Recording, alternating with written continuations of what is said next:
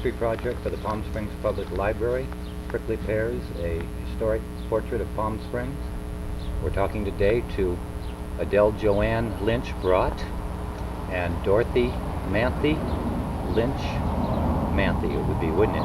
Do you have a middle name, Dorothy? I don't know that. Ellen. Dorothy Ellen Lynch Manthey. Right. Okay. After Dad's sister. Okay. And very early residents of Palm Springs. I think 1912 you came to Palm Springs, Mom? 16. 1916. Okay.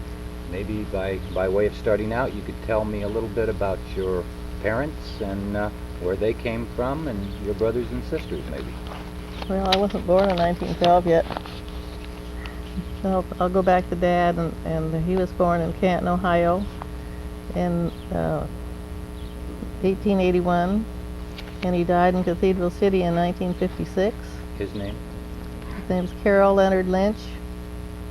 He's named Leonard after the Leonard Silk Company in Massachusetts. And my mother was born in Germany, in Westfalen. Opa. In the Oberschweld family. Anyway, she was born in 1887 and died in 1965 in Santa Ana. And the family, mother's family, arrived from Germany to Michigan in 1890, and she was 3 years old. And they settled in Detroit, Michigan. Arrived in they got married in 1910. Mom and Dad married in 1910. Her name was Martha? Martha Josepha Wernicke Lynch. And when they were married in 1910, they went on a honeymoon for over a year. They went down to Texas, and all around to Texas, and came out to California in 1911, to Los Angeles. And they bought a tract house out on Arlington Avenue and 48th Street in Los Angeles. It was just all new. It didn't have sidewalks or anything yet. And they lived there for about 3 years. And in the meantime, they were taking my sister Pat, who was born in 1912. Pat was Patricia Elizabeth Lynch Marvin. She's married to Ralph Marvin, an old Palm Springs person. And they'd go to Elsinore with her for vacations through the year of 1912. And they lived at the Hillcrest Inn on the lakeside. Ask a question, if I may. They went on their honeymoon and just kept coming, and they just came to California and settled in Los Angeles, and that's where Pat was born, and I was born in 1913, and Dottie was born in 1915 in Alhambra. Pat and I were in Los Angeles, and it was they were coming on trips to Banning. They had friends of Fountains, Robert Fountain and Aunt Jenny, we call her. And one day they were visiting with the Fountains, and Mom got rheumatic fever on her honeymoon down in Texas. And I guess that's why they really decided to come west to the warm country. And they found out about Palm Springs from the Fountains in Banning. And they came out down one June day, a nice summer day, and they were talking to Nellie Kaufman, and Nellie said, "This is a perfect summer day." So Mom said, "Well, this is a good summer day, I can take this." So they sold everything up in Los Angeles and moved down to Palm Springs and brought us all, and they stayed with in a McManus cottage for about a year and a half while they were building another house. And I have a picture of the McManus cottage. I show that. can you get that in there? Awful You'll small. have to zoom way in. If you can't get it in with enough zoom, then we'll look at it at the end and we can move the camera in a little bit. I can leave them all for later.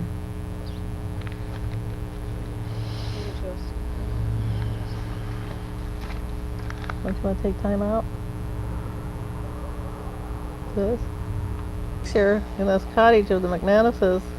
My mother sitting there, and then there are my sisters, Mary, Dottie, and Pat. And as long as you're there, I'll bring up another one. This is about where Bullock's is downtown, and this shows the Tockwitz Canyon, and that's Pat and Dottie in the foreground there. That Austin McManus was our brother John's godfather. That was the house that we were living in. What year was John born? 1918. World War II. Was he born here? He was born in Los Angeles. There wasn't any place to be born down here. Had to go to Los Angeles for everything, just like you went. Okay, Dot. Well, I have some pictures. As long as you got it close enough, I'll tell you about this picture here. We are up to there. Can't we do that now? No. Why not? Oh, Sure. okay. Yeah, you can throw it in, and then we'll just... Yeah, because this is I was on a bowling team, and we went to the International Bowling Congress in 1941. And all these uniforms and our sponsor fees were paid by Erwin Schumann of the Chi-Chi. And here is Earl Neal's sister Marge, right there. Marge Paul now. It was, and this was Billy Tomlinson. They owned the bowling alley at one time. And this is me. And this is Ola, but I don't remember her last name, or Madeline. But Madeline, I know, worked as a waitress for Schulman. Going back a little ways, and so we're trying to come up to this a little bit. Yeah, that's Going back to what we're talking 1916. Yeah, this is, we're way far ahead with that one. Well, we'll bring ourselves up to that. Okay. Okay, I want to read about these things I remember of my early years in Palm Springs. I remember sleeping under the stars outside under the stars on warm nights, and in the morning waking up and the chickens were on the foot of the bed. And then when it was lightning, the family would all be out back watching, and while I'm in under the bed. I was scared to death of lightning. In our first house, we had kerosene lamps and kerosene stove. In the second house, it was still kerosene, but we had inside toilets and no cooling. But for food, we had a large frame box covered with chicken wire and thick burlap outside under a tree with water dripping on it constantly to keep it wet, thus keeping it cool. And a lovely lady friend of my parents, Margaret Sullivan, and playmates of my oldest sister were Ruth Roberson, Patsy Gray, and also Indian Lena Lugo. Is that right? Yeah, it's Lena Lugo Martinez now. Is it? Carl Idle, my folks' good friend. He gave Mother 3 of his paintings. One Mother donated to the Historical Society and should still be hanging in Dr. White's little house. He used to come often to visit us. Then there was Dutch Frank, the old prospector. He called on us whenever he came back from a prospecting trip. Carl Idle painted a picture of Dutch Frank and his pack burros going up the sand dune northeast of town. Mr. Idle made my mother promise not to let anyone see that painting because he didn't think it was good enough. Francisco Potencio and his wife Dolores. Francisco was chief of the tribe at this time, and my folks took us kids to visit them often. They had a huge fig tree beside their little frame house on Section 14 where they spent most of their time just sitting, especially Dolores, who was always weaving baskets. They took us to the ceremonial dances and so forth in the roundhouse too. Francisco showed us once how immune he was to scorpion stings. He put one on his hand and let it sting him, and nothing happened. William Pester the Hermit. To me, one of the real exciting things we used to do was get up in our Model T touring car and go to Palm Canyon, where Billy, we called him, lived in a little shack all by himself with only a snake for company. I remember he used to keep it on his bed. I don't remember what kind of snake it was, though. He was a real hermit. questions I'd like to ask before we go much further with that is that the first one is that you talked about the first two houses, and you showed the pictures of the McManus house. Where was that located? Where was it? Proximity to today, I guess. The McManus house? It was just about where Bullock's is, downtown on Palm Canyon Drive Palm there. Canyon Drive. And the second house you lived in? Well, that was Dad built that house. He built 3 houses in there, on 400 block of North Palm Canyon Drive on the east side, and the property had 2 acres. By the way, he bought those 2 acres from McManus, and he was going to buy a piece of property down where the Village Green is, right on the corner there by the Village Green, and Pearl upped the price. So it was a little tiny place for $300, little tiny lot. So Dad got the 2 lots, 2 acres for $300 each, and paid $600 for the 2 acres. No, is that first house? Is that where the Mar Vista Hotel is? That's the today? Monte Vista. Monte Vista. Sorry. And it's where the Millers live there. That's their place now. The house is still there, isn't it? I think they added around the outside edges of it. Sort of put a facade over Yeah, the front of it. all around the it. main house is still I think in the there. back of it's pretty much the same. But when Dad built that house, I remember going with him into Redlands to get the ready cut to build it. And he only took me along because I didn't talk too much. He took, well, like Dottie said, we had a regular bathroom with toilet and bathtubs and everything. And we had pot-belly stove. This was a real nice, well-built house.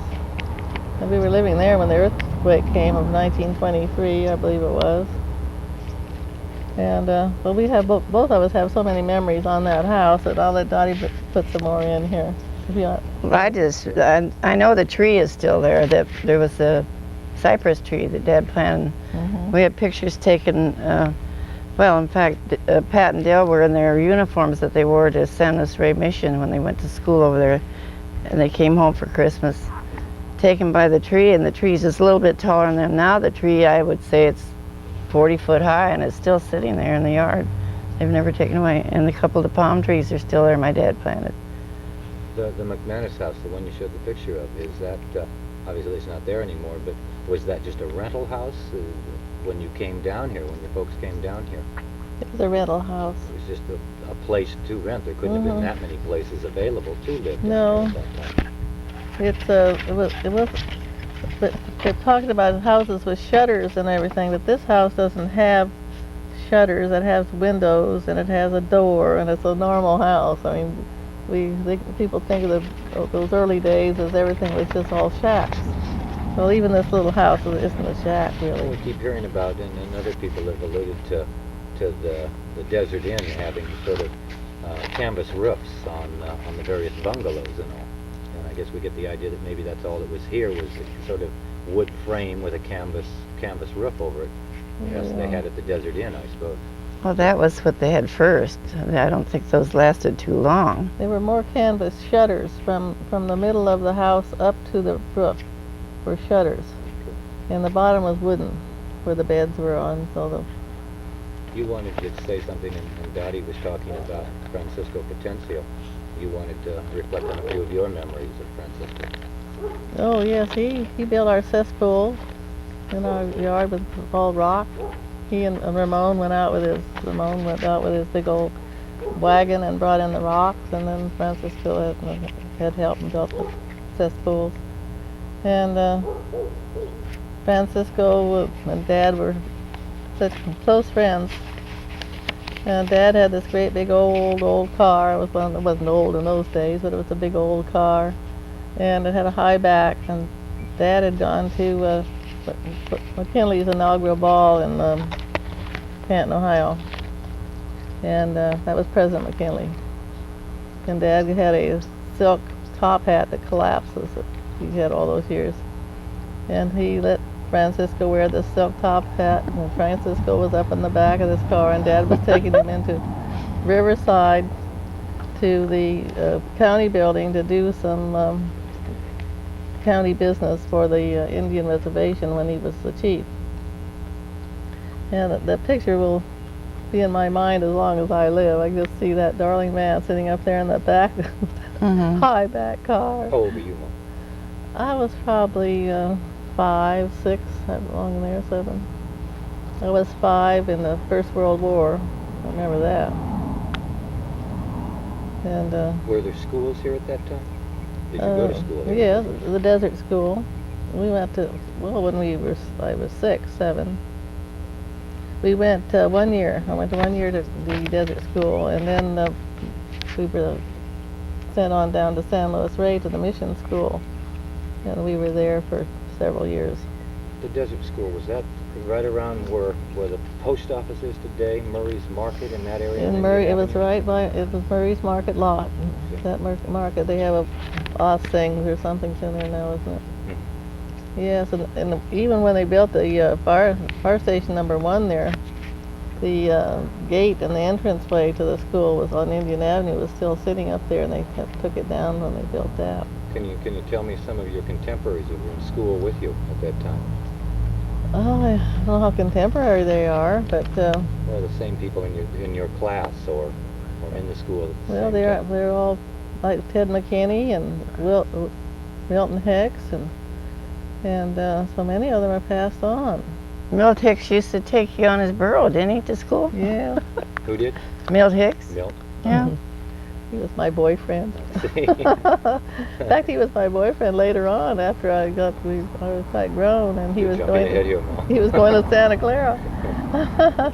Okay, honey. Who else would be in that class? I'm just trying to draw out the names. Oh, Foldacies. the Foldacies, and Rosalie Peterson, and Louise Bramlett was Schilling. Bramlett was George Roberson's wife had this girl named Bramlett, and Roberson Bramlett. And I'm trying to see the whole list. There was a whole. We had pictures of them all on the porch on the steps of the school. And This was Susan Hughes. I don't remember. this was about the first grade. I would say the first, from the first to the second grade. I think I graduated. I have my report card at the Historical Society, and I have something in here about the school. okay. Where is it? Oh, I have to find it. You go ahead and talk. Oh, you're gonna tell about the Yeah. bobbing for apples at the Halloween No, thing? I didn't. I didn't bob for Well, apples. she can't. You tell No, her. the teacher. I went to a Halloween party, and she was dressed like a witch, and she shook my hand and just almost shook my arm off. So when it came time for me to go to school, I think the next year, I started the year after she did. Well, I was scared to death because I knew that teacher was terrible. And the teacher never showed up the first day of school. She never got back from her vacation, so I had to go through it all over again. Who was the teacher? Rachel Wiley. Rachel Wiley. Mm-hmm. Yeah. Just one teacher for the whole school. So Yeah. one teacher. Uh-huh. And you said something about going off to the mission school. Where does Well- that fit in, I guess? They Well, went- we were raised Catholics, and we used to go to the little Indian church over on the reservation, and the McManuses would go over there, and that's how come Austin was our brother's godfather. And we had Father St. John O'Sullivan used to come to Palm Springs from San Juan Capistrano, and he would stay at the Desert Inn. Nellie Coffin would always put up priests of the Salvation Army or whatever, and he would say Mass on Sundays quite a few times, off and on. And we had our first communion there, and then we went to St. Boniface Church in Banning. It was an Indian school in Banning for our confirmation. And then after we got past that age, we went on to just a boarding school. And we had to go through the old Jackrabbit Trail and all the way over there, and we were homesick. I was so homesick. How many years did you go to school, Mom? I didn't know that. I think it was 2, maybe 2. Yeah, 2 or 3. Pat went longer than we did. I Yeah. cried because I wanted to go with them. You know, I didn't get to go, so they finally let me go. And you know, they treated me like such a baby there. When I went to school here the first year, well, they put me right immediately into the 2nd grade. So then I get over there to the convent, and I can't do cross stitch, so they put me back in the 1st grade. And they put a towel in the bathtub for me so I wouldn't slip. And here I was 7 years old. Combed my hair, did everything. Then I cried because I wanted to come home. Maybe your older sisters that preceded you. I used to get holy cards for tearing the toilet paper out of Sears Roebuck catalogs. Did you get them? No, I don't. I didn't remember that. And What grades, Mom, were you going there? 2nd and 3rd. 2nd and 3rd. No, I wasn't. Not 4th grade. I didn't go in 4th grade. Did you come back here to continue school? No, that was in 1922, 23, and then we moved, left Palm Springs. But I have to remind myself of the San Luis Rey, the nuns down there. They didn't think we were little kids, just dotty, because they made us turn the socks wrong side out of the boys' socks, and when they put them through the washing machine on one side, and then they turned them wrong side out. I had to do that too, Dale. And I had to dry the dishes, and anyway. About being at the mission school and then coming to Palm Springs and then moving. Before we leave Palm Springs, why don't we go back a little ways and talk some more of the anecdotes of early Palm Springs. That sounds good, doesn't it? I remember there was no bridge over Talquitz Creek, and the road up to Palm Canyon was just wagon tracks over big rocks. And the rocks, Dad, where was I?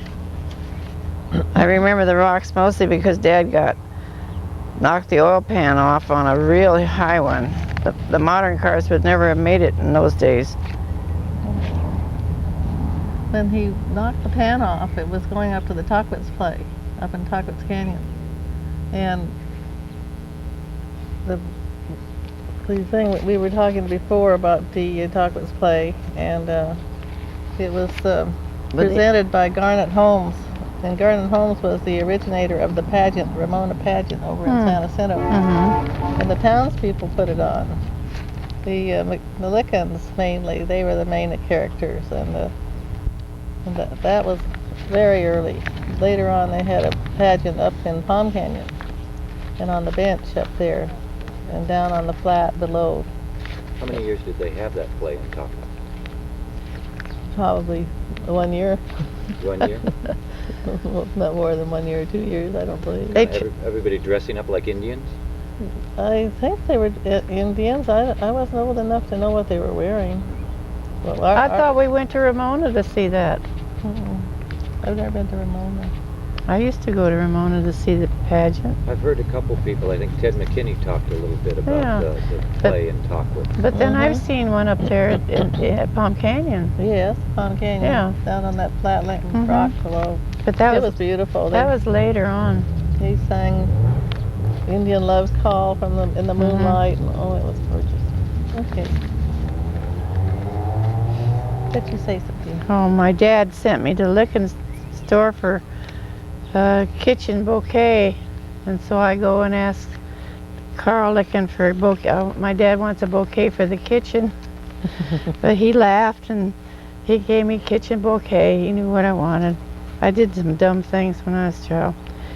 And then we had a large burro and calico, called Calico, and a horse named Chino. And one Christmas Eve, our Indian friends, Annie, Carrie, and Genevieve St. Marie, brought my brother a baby burro. The gypsies were traveling through the town, and the little burro couldn't keep up with them.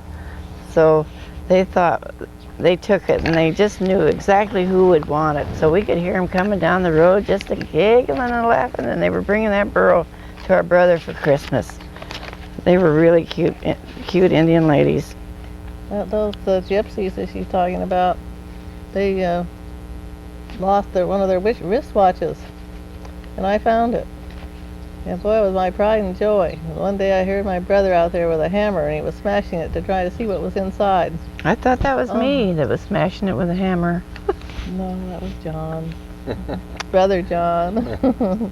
We didn't bring John in here very much yet, did we? Not a lot, Mm-mm. no. Well, his name was John Francis. And he was the only boy. There were four girls and one boy. Sister Mary, she came along real late in 1924. So, What was here? I almost want to go back and I try to envision what the town must have been like. There was the Desert Inn, obviously. Well before the El Mirador, there couldn't have been an awful lot more than 2 or 3 blocks worth of a town, could there? Otto Adler's Hotel.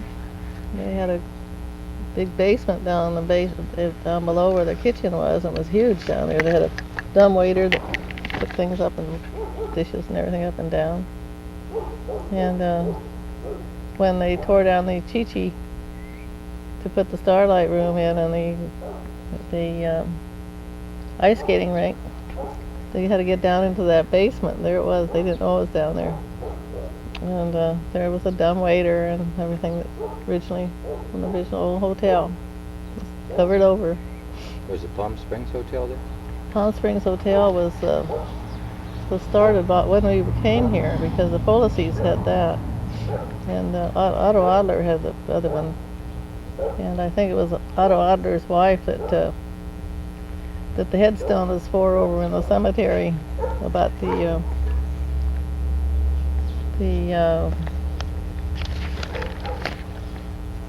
anyway, I guess I won't bring that up. I think that was what I saw somebody else say, that they don't think they'd bring that I up. think Clarence Macy was talking about that on a tape, that it was a practical joke or something. He said he didn't want to get involved in it either. No, it was true.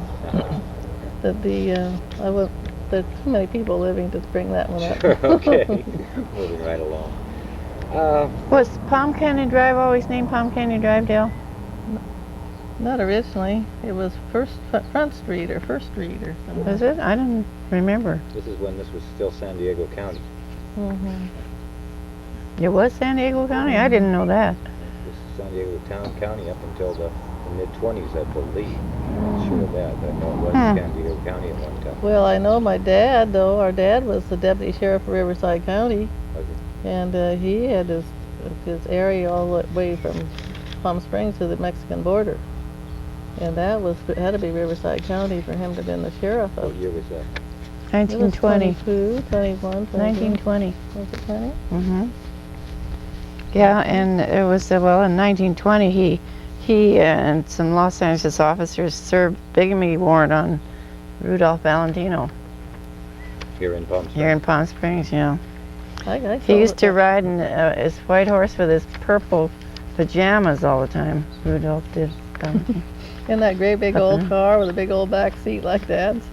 And here's old Valentino driving down Palm Canyon Drive with his purple robe, satin robe, going into the Desert Inn grounds and spending his time in there. Was Palm Canyon Drive still a dirt road?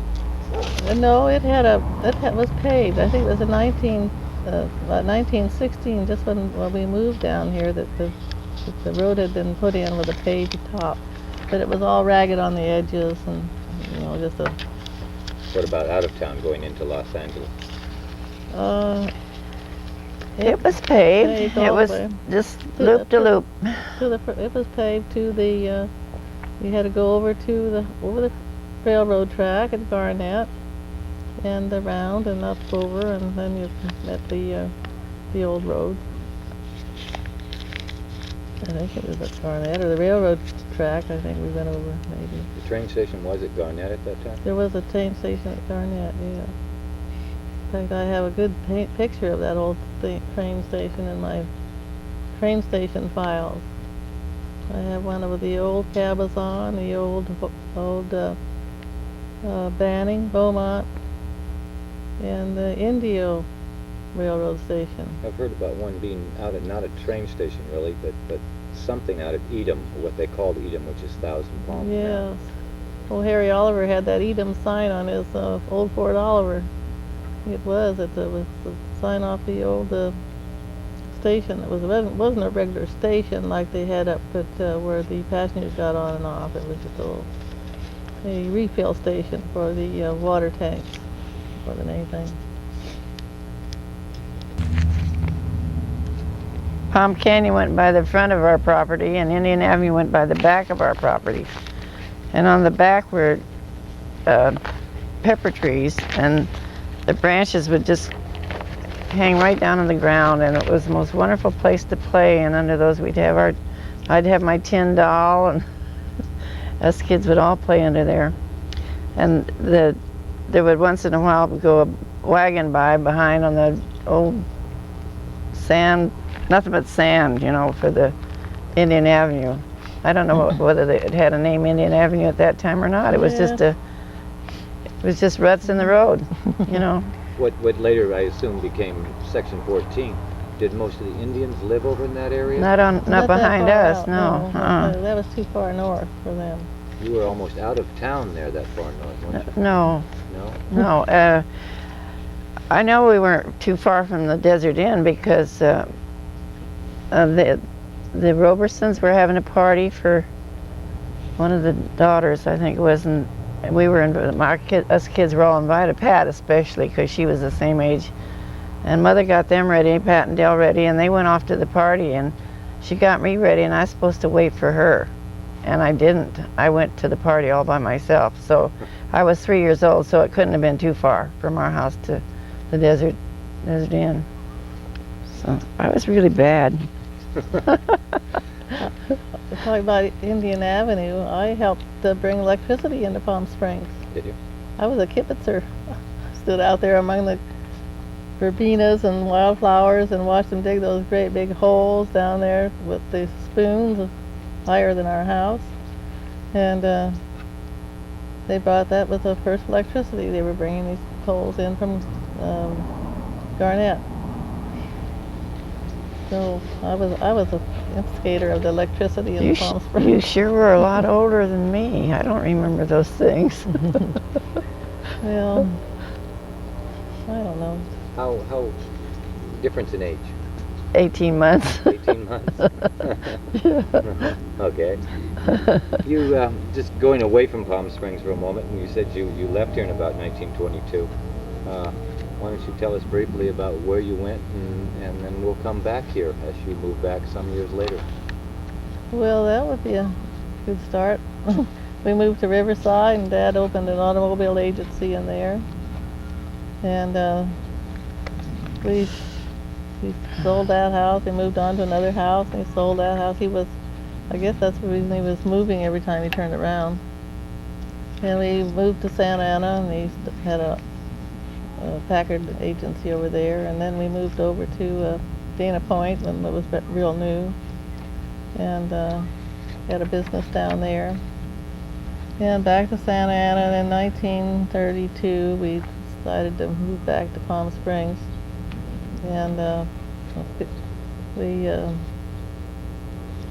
just sort of shifted around for a while. And in 1935 I got married to Kenny. He was from here?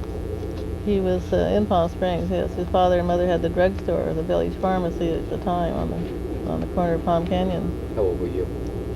I was 21. I didn't come back till 1935, I think it was. I married Jimmy Cooper, and we had 2 children, and then we came back. And my dad got Jimmy a job on the Desert Sun because my dad was a real good friend of Carl Barco of the Desert Sun. And that's how Jimmy got here. So we're up to about 1935 now. Yeah. And the town then changed much? Oh, it was great. You were gone? Oh yes, it wasn't a sleepy little village even in that short time. It was 10 years by then. I know it's changed considerably since World War II, but at least it still had the Desert Inn. It had pride and joy. I used to swim over at the Lone Palm Hotel with Al Jolson, I have a picture at home, or I had one at home. I gave it to what's his name? Yeah, I told you who I gave it to. Anyway, it's with my two daughters and Al Jolson. They've all got shorts on. And Al had a big old sombrero on. That's when he was, he'd just gotten back from down south somewhere where he'd met this nurse. He'd been ill and met the nurse, and he divorced Ruby, and then he went and married the nurse. That's Al Jolson. I have seen in your archives pictures of some of the Lynch girls doing publicity pictures, if I remember correctly, at the Desert Inn Pool and at Talkwitz Falls. What years was that? That was before your marriage? And Yes, it was before Pat and I, before we were married. I think that was in after we came in 32, 33, 34 along there. it was kind of a booming resort by that it was a time. Chamber of Commerce, and we were just doing the El Mirador publicity and just different publicity pictures. Was Frank Bogart involved in the chamber at that time? We're talking 33, was it later? I'm not sure who was. It wasn't Frank Bogart. I don't. It doesn't seem like it was. No. Jimmy Cooper was very involved in the chamber for many years, but that was It quite... was the Lions Club, I think, wasn't it, that he was more involved in? Was it? Mm-hmm. I didn't know that he was involved in the chamber, was he? Yes, he was. He was the chamber. I thought he was with the chamber. I've heard people talk about Jimmy in reference to the Yeah. Chamber of Commerce. Secretary of it most. In the years that we were gone from Palm Springs, I did a lot of swimming and diving in school. I won all kinds of races and diving meets, and one of these schools that I went to, they coached me for the Olympics, and I was got in the Olympic tryouts at the 100 meters in 1932. Isn't that Mr. Humiston? I don't. Name Humiston? The coach. Yeah. Yeah. Oh, Mhm. He was a Those were great the name. games in The- Coliseum in Los Angeles. The Seattle Athletic Club girls beat me out. They had all these different heats, you know, and they picked 3 out of a heat. And they coached me wrong. Guess who drove her in? I have to tell you who drove her in. I did. Did you? I got my driver's license when I was 14 years old, and I drove her to the Olympics. Yeah. And 14 years old back then, and me, little dummy. And here today, they have to go 16 years old and so to get their driver's license. Also, when we were gone, our dad was selling real estate down on Lido Isle. You know, it's down by Newport. And I'd go down in the summer. I'd go down with him every morning, real early, and I'd spend all day diving. They had diving 2 platforms there, and I'd entertain all the customers. I'd just dive all day long. It was fun. Was this during mostly your high school years? Yes. So you really, neither of you went to high school in Palm Springs? No. Oh. I graduated from Laguna Beach Grammar School, and then I went on to Tustin High School and graduated from Santa Ana. I graduated from Newport Harbor High School. I just went to a 50th reunion just recently. It was fun. Everybody remembered me. Cute little Dorothy. Yeah. And the athlete, you know. They always remember the athletic people. Well, we didn't talk much about our neighbor's house down here on Palm Springs, or the Duke's house that was next door. That Earl Street owned all that land after a while. We'll go back to that. This Yeah. is much earlier. We're talking back in the 20s now. Okay. Yeah, I don't know if we better get up there or not. Well, that was where there was a little girl lived over there. I was mean to her too. Oh, and Kelly Powers, and he had Yeah, the birthday. I had a little sister, and I called her over at the fence to have her shake my hand, and then I wouldn't let go. She screaming bloody murder. Yeah. I told you I was ornery. The house, Close Mom. us off over there. Take us back to Palm Springs a little bit. We keep sort of jumping around, but you guys seem to have jumped around a lot. So Okay. that's easy enough to do. The early days, since this is so much about Palm Springs, the early days here, and there seem to be so many people that we always hear about, the Zadie Bunkers and the Nellie Kaufmans and all. Why don't you tell us a little bit about some recollections of those people? Well, Zadie Bunkers was a Well, I have good memories of Mom and Dad and Austin McManus and Pearl in the World War One. We had a Edison phonograph, a little tall upright phonograph that they brought from Los Angeles with them. Mom and Dad did, and they had all these old records, and she had one record on there that was Deutschland Imperialis, and during World War One, here we were down at they'd take this phonograph down to Austin and Pearl's house because they didn't have one, and they'd all dance, Mom and Dad and Pearl and Austin, and they'd play that Deutschland, and it was World War One, and you couldn't even call a hamburger outside of Palm Springs. And here we didn't even know about World War One except that when it was over, I remember Dad was putting a roof on a little house right close to us there, and it's the Kaiser's house. The Kaiser's house was the name of the lady that owned it. And I walked up the front walk and I told him the war was over. And that's my main recollection of World War One. My mother got a telegram saying her father had died right there at the very end of the World War II. They said that he was really, they crucified him, because he was German. And he really died from broken heart.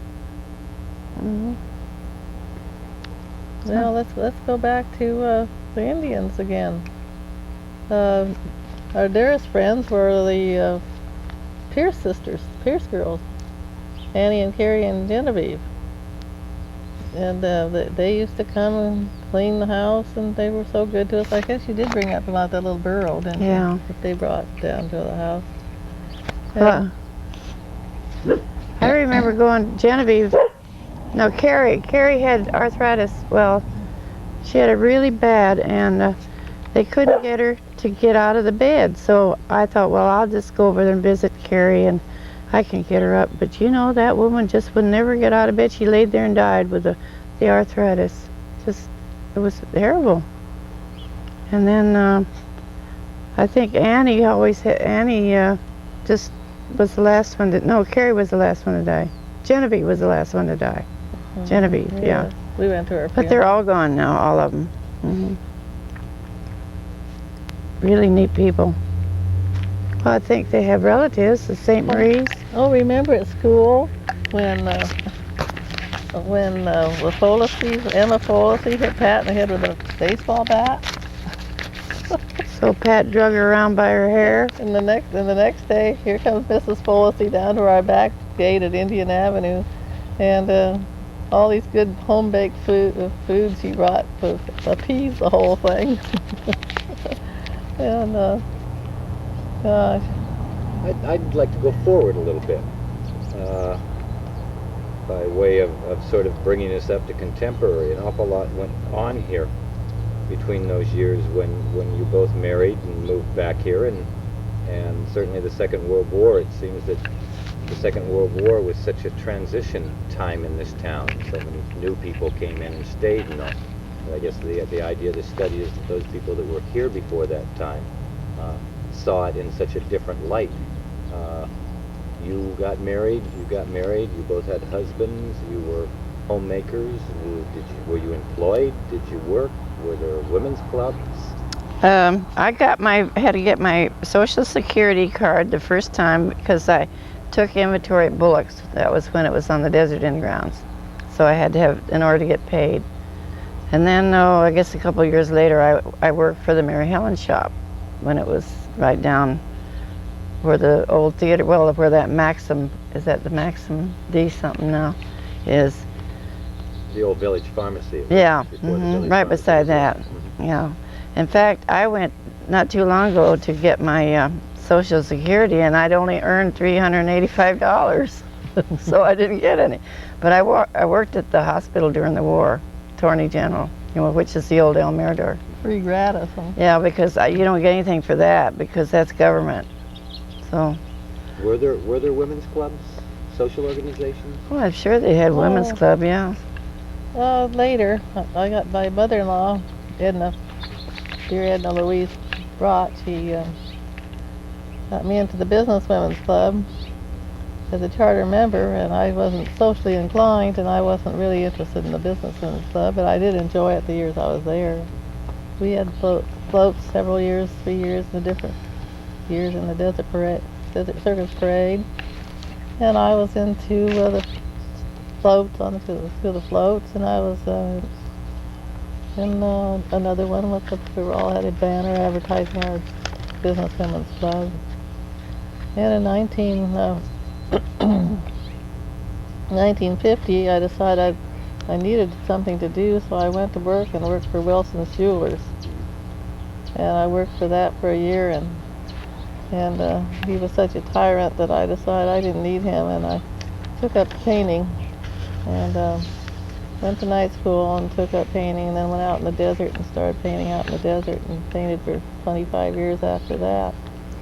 And while I was during this time, I was the secretary of the Desert Art Center, and also secretary of the Painters and Sculptors Guild of the Desert Art Center.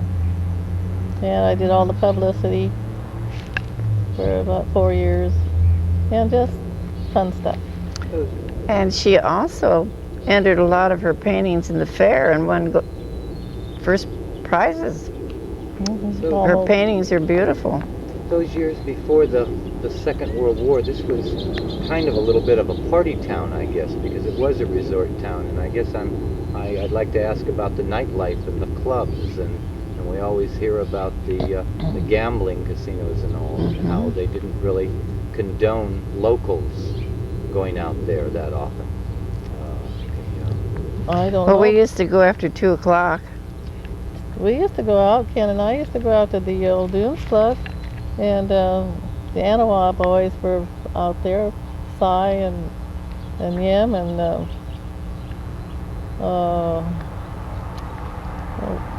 I knew the best one, I don't know now. Yeah, we used to dance out there, and we'd have dinner out there. We'd eat our Chateaubriands, and we'd have our little cocktails, and they just wouldn't let us in the gambling room. We were welcome to come out and go into the dining room and the dancing room. And then the 139 Club, we used to go out there quite a bit. And that was just, we couldn't gamble there either. But the food was stacked a mile high in the kitchen, and everybody helped themselves, and we just sort of made a great big gigantic buffet for everybody. And that's, but we were able to go to the places. Was this the years that Chi-Chi was going, and there was entertainment, and top name entertainment, I suppose you could say? Yeah. I can't remember when the Chi-Chi first started. I know that the sheriffs came in and wrecked that beautiful gambling place on Date Palm. Was that? Oh, They chopped it all up. It had red velvet curtains, and it was really a swank place. And they didn't want any gambling, so they wrecked it. Oh, I read something just today on that Ken had written. It was about the IRS was into it. Well, we used to go there after hours and get drinks, after 2. And I don't think that was very legal, probably. Maybe that was the reason, I don't know. Oh, Wertheimer, the best story of all. He was leaving the gambling club one night, and he was coming in Cathedral Canyon Drive, and up by Araby, it wasn't Araby Bridge, wasn't there then. And just before the wash, they had a stop. The police all were there stopping the traffic. They were looking for some robber or something. And when Wertheimer got there, he took all his rings off and put them in his mouth, and when he found out it was friends from the Palm Springs Police Department, well, he took them all out and put them all back on his fingers again. He just thought he was going to be robbed for sure. Stake out for a robbery. You remember P.T. Stevens and obviously his daughter and all up at what was, I suppose, at the north end of town? Just mainly the name. I thought the name was it. And the fact that, we always knew about the vegetable garden out there, which we called the Japs Camp. I understood that somebody else that didn't that had that vegetable garden with the asparagus and everything, but we called it the Japs camp. We thought the Japs were growing those vegetables out there. It was out by Smoke Creek. No, it was out behind the El Mirador, out in that area. Out like where the old cane brakes. The cane brakes were the bamboos that they used to keep for windbreaks all around this vegetable garden. It later became the El Mirador Golf Course. And then So they called the cane brakes too. well, the cane brakes was a nightclub eventually. We used to go out to the ranch club a lot. Cesar Romero was always there. Trav Rogers. Yeah. I Jimmy, guess that was a his real daughter hot spot for Jimmy. a Yeah, while. it was a fun place. Yeah. In fact, Cesar Romero was this friend just like you, you know. Yeah. No, they all were, all Yeah. the movie people. We were all. Bob Hope walking up and down the Palm Canyon Drive anytime you could see him, and Jack Benny at the dollhouse. And I remember my dad saying once that it was such a small town during those years that the movie stars and the celebrities came down. If they wanted to talk to anybody, they had to talk to the locals because there wasn't anybody else here. that's right. And, It was that small of a town. It was nice. the It really. village pharmacy was the campgrounds for the movie people. They would all come into the village pharmacy and visit with Harry Brott. I just thought he was a perfect person, and Edna Brott. They were such good hosts and hostesses to everyone, and just all the wealthy people just came in that store and bought their perfume and just everything because they had real nice high class merchandise. Oh, I got to tell my story about Harry Brott. Okay. Your grandfather. Well, I was washing the glass one day, and I cut my finger. You can see the mark there. There was no doctor in the town, no hospital, no doctor. So I go up to the drugstore to Harry Brott. What can I do with this? He fixed it. He fixed my hand. He put a butterfly bandage on. He pushed it all together. He fixed my hand. There's a big old scar there, and for a long time I couldn't shake anybody's hand, but it got better. But imagine, and my daughter had a ruptured appendix, and there was no hospital here. Had to take her to Riverside. And There wasn't really a hospital here until Torrance that was in 1940. I I think think Harry it was. Reid had the first little hospital. Had a clinic. Yes. Clinic hospital. But Late in the afternoon, possibly we can end for today. Is there anything that you might like to add to the conversation we've had so far? Mom? I just want to show this one picture of this Ford truck that my dad had. He had all kinds of cars. Look up straight. And this is up in Palm up in Palm Canyon, and it has my mother and Dad and Dottie and Pat and I, the three of us girls. It was in 1917 or maybe 1916. It was up on the area by Andreas Canyon, Palm Canyon. I didn't tell you that Francis Bunker used to read me nursery rhymes at Idlewild in the summertime. Francis Bunker's, Is this Zaddy's folks? Francis Strebe. Daddy's daughter. Zaddy's Yeah. daughter. Okay. Yeah.